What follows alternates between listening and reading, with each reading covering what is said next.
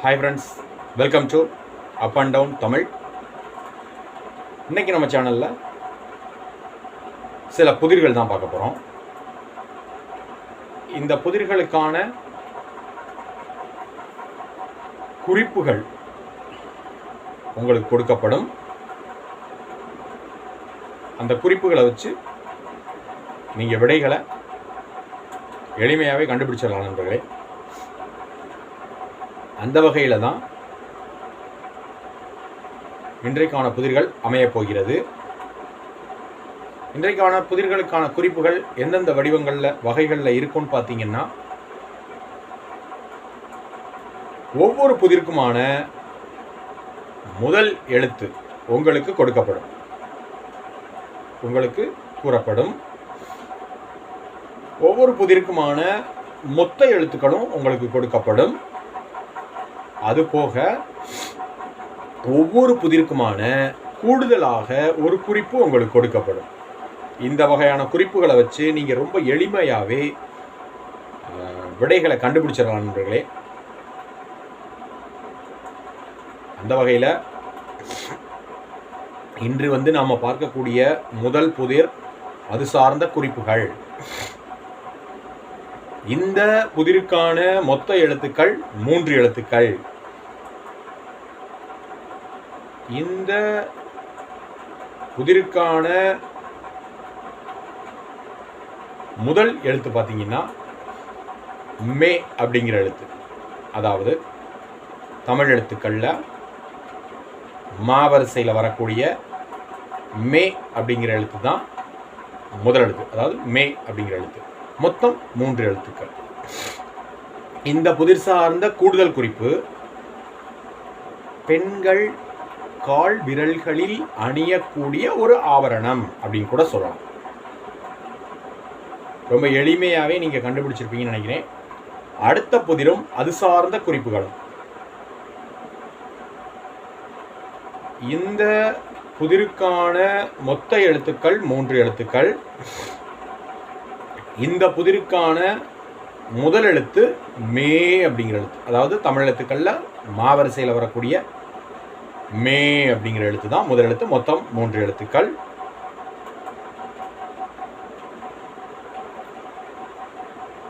இந்த புதிர் சார்ந்த கூடுதலான ஒரு குறிப்பு,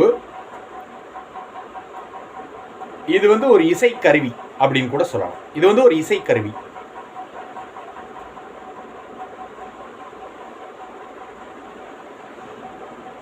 அடுத்த புதிரும் அது சார்ந்த குறிப்புகளும். இந்த புதிருக்கான மொத்த எழுத்துக்கள் 4 எழுத்துக்கள்.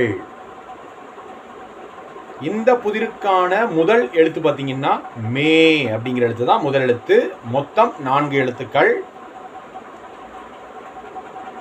இந்த புதிருக்கான கூடுதல் ஒரு குறிப்பு, இது ஒரு ஃபேமஸான டேம். ஆங்கிலத்தில் ஃபேமஸான டேம் அப்படின்னு சொல்லலாம். அதாவது ஒரு புகழ்பெற்ற ஒரு அணை அப்படின்னு கூட சொல்லலாம். ஒரு அணையின் பெயர் அப்படின்னு கூட சொல்லலாம். இது ஒரு ஊரின் பெயர். மேலும் இது ஒரு அணையின் பெயர், ஒரு அணையோடு சேர்ந்து வரக்கூடிய ஒரு பெயர். ரொம்ப ஃபேமஸானது அப்படின்னு கூட சொல்லலாம். ரொம்ப பிரபலியமானது அப்படின்னு கூட சொல்லலாம். மொத்தம் 4 எழுத்துக்கள். முதல் எழுத்து மே அப்படிங்கிற எழுத்து. அடுத்த புதிரும் அது சார்ந்த குறிப்புகளும்.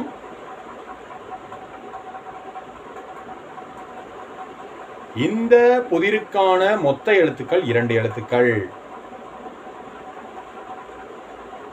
இந்த புதிருக்கான முதல் எழுத்து பார்த்தீங்கன்னா மை அப்படிங்கிற எழுத்து. மை, அதாவது தமிழ் எழுத்துக்களில் மா வரிசையில் வரக்கூடிய மை அப்படிங்கிற எழுத்து தான் முதல் எழுத்து. மொத்தம் 2 எழுத்துக்கள். இந்த புதிர் சார்ந்த கூடுதல் ஒரு குறிப்பு, இது ஒரு பறவை. இது ஒரு பறவையின் பெயர். இது ஒரு பறவை. மொத்தம் 2 எழுத்துக்கள். முதல் எழுத்து மை அப்படிங்கிற எழுத்து. ரொம்ப எளிமையாகவே கண்டுபிடிச்சிருப்பீங்க நண்பர்களே. அடுத்த புதிரும் அது சார்ந்த குறிப்புகள்.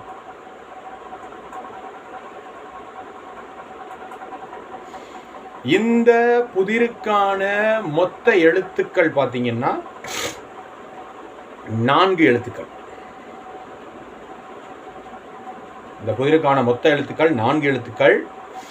இந்த புதிருக்கான முதல் எழுத்து பார்த்தீங்கன்னா மை அப்படிங்கிற எழுத்து தான். நாம் இதற்கு முன்பாக பார்த்தோம் இல்லையா, முதல் எழுத்து மை அப்படிங்கிற எழுத்து தான் முதல் எழுத்து. மொத்தம் 4 எழுத்துக்களை கொண்ட ஒரு சொல் அது. இந்த புதிர் சார்ந்த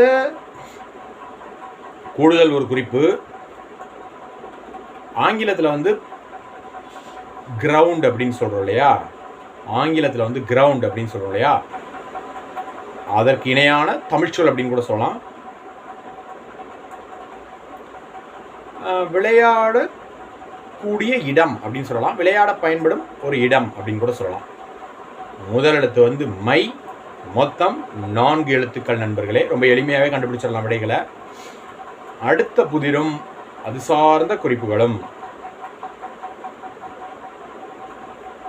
இந்த புதிருக்கான மொத்த எழுத்துக்கள் 4 எழுத்துக்கள். இந்த புதிருக்கான முதல் எழுத்து பார்த்தீங்கன்னா மை அப்படிங்கிற எழுத்து தான் முதல் எழுத்து. மொத்தம் 4 எழுத்துக்கள். இந்த புதிர் சார்ந்த கூடுதல் குறிப்புகள், இது வந்து ஒரு மாவு, சமையலுக்கு பயன்படக்கூடிய ஒரு மாவு. இதில்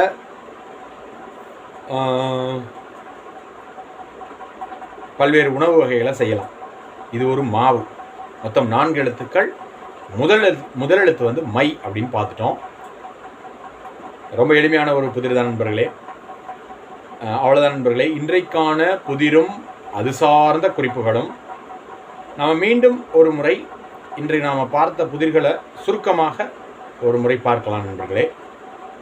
முதல் புதிர், அதற்கான குறிப்புகளை மட்டும் சொல்கிறேன் சுருக்கமாக. பெண்கள் காலில் அணியக்கூடிய, கால் விரல்களில் அணியக்கூடிய ஒரு ஆபரணம் அப்படின்னு பார்த்தோம். அடுத்த புதிருக்கான குறிப்புகள்,